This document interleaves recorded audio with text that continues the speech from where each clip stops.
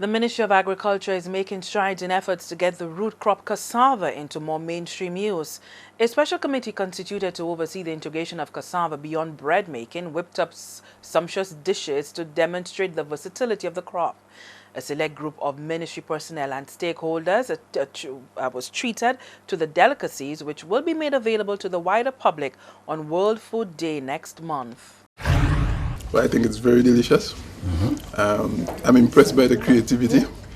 It shows that there's a lot more that we can do with what we have, because there was a wide range of dishes that previously you might not have thought this could be made with cassava. And you discover that all of these dishes were made with cassava. So that's quite impressive. And what I'm going to leave here with is that I will try incorporating cassava into my daily cooking.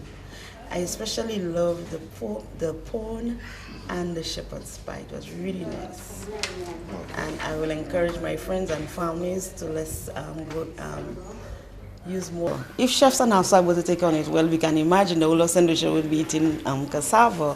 However, it affords us an opportunity to market the cassava. Let's go to the hotels, let's go to the various the schools, the canteens, etc., etc. One of the things I really enjoyed about this initiative, for so many years we have traditionally known cassava to be foreign. In St. Lucia, that's all we knew to be.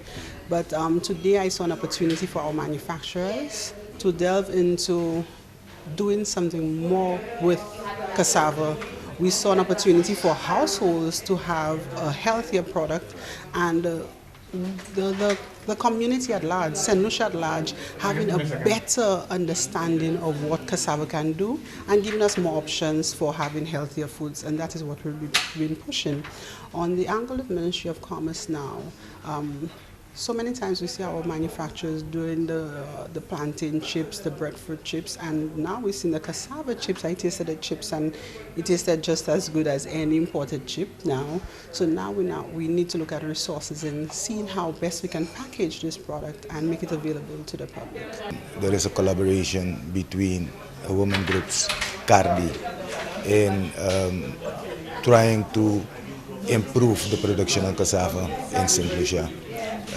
Of course, we need to look at the value, the added value, and I think that this is the way to go, to make sure that the local dishes are presented not only within St. Lucia, within the local area, but also spreading it to the hotels. So that is one of the things that I think that we, of course, from ICA will be supporting, looking at the possibilities to bring the different dishes to the tourists. When you look at culinary arts in St. Lucia, and you think about the niche that we have, and you look at what people like Nina and Ed Harris have done, just winning Iron Chef again for 2015, you realize that we have something unique to us. And the beautiful thing about St. Lucia is that, and I always say this, that we can't be more American than Americans, we can't be more Grenadian than Grenadian, or more British than the British, but we can be more St. Lucian than anybody else. So for us, looking at this is both visual art, this is performance art in terms of how they prepare it and the process, and also obviously the taste and the distinctness, the distinct nature of what it is that we're doing. And I mean, you see the guy standing by the road with a cassava on the side of the road. I don't think the average St. Lucian knows the literal variety of what can be done. And today is a great example of what was done. And all I can say is if we can do this with cassava, I cannot imagine what we're going to do with the rest of the products that we have in St. Lucia.